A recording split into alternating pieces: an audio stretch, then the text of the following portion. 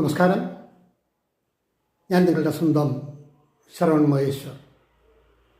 കൃഷ്ണശിലയായി എന്ന എൻ്റെ പരമ്പരയിലെ 127ാമത്തെ എപ്പിസോഡാണിത്. പ്രശസ്ത ഗാനരചയിതാവായ ശ്രീ ബിച്ചു തിരുമലയെക്കുറിച്ചിട്ടാണ് ഇത്തരുണത്തിൽ നിങ്ങളോട് പറയാൻ ഉദ്ദേശിക്കുന്നത്.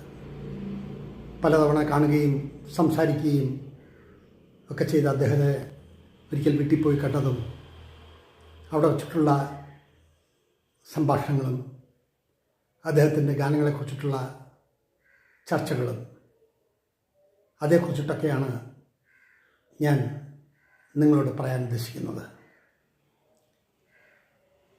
MTയുടെ മരണം ഏൽപ്പിച്ച മാനസികാഘാതത്തിൽ നിന്നും ഒരുവിധം മുക്തി നേടിയിട്ടാണ് ഇത്